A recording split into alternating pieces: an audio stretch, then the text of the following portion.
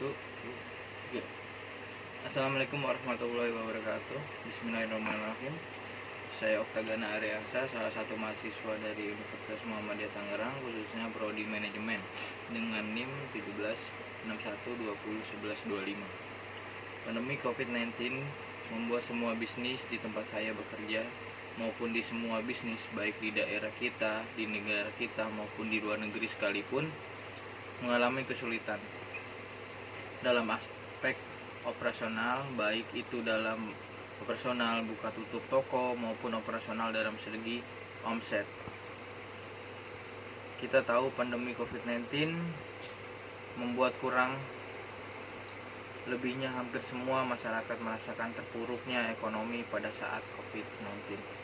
Entah bisnis mereka mengalami kesulitan operasional maupun seorang karyawan banyak yang dipotong penghasilannya, bahkan ada yang di PHK tanpa terkecuali.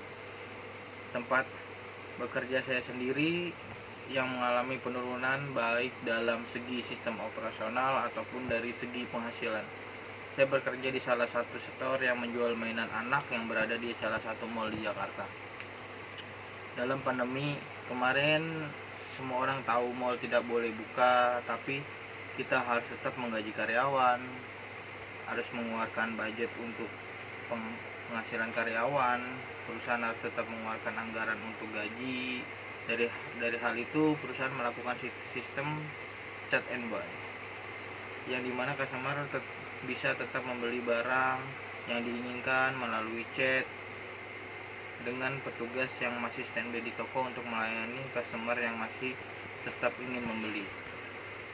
Dari segi omset kita mengalami penurunan yang sangat dramatis karena dalam segi ini tidak semua customer bisa mendapatkan kepuasan dalam memilih kesetiaan barang dan biaya ongkos yang ditambah, karena kita pick up ditanggung oleh si customer itu sendiri, entah dia ingin mengambil sendiri ataupun dia menggunakan layanan someday yang ada di Grab dan di Gojek. Kita tahu bahwa semua bisnis mengalami penurunan dan perlambatan sistem ekonomi. Maka sebab itu yang membuat analisis sistematis yang dibuat video ini, bahwa semuanya pemerintah harus tetap membantu jalannya operasional baik di dalam pengembangan ekonomi itu sendiri bagi pelaku-pelaku bisnis maupun pelaku-pelaku UKM yang sangat amat merasakan penghasilannya tidak ada di saat pandemi COVID-19 kemarin. Sekarang pun ada sedikit pertumbuhan ekonomi, tapi masih dalam status ala kadarnya. Karena apa?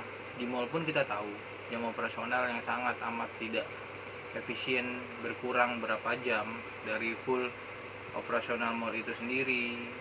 Protokol-protokol kesehatan yang membuat masyarakat masih tetap ketakutan, tetap menjaga image-nya dalam berbelanja, tidak frontal ataupun tidak seperti normal yang kemarin. Kita masih menggunakan new normal.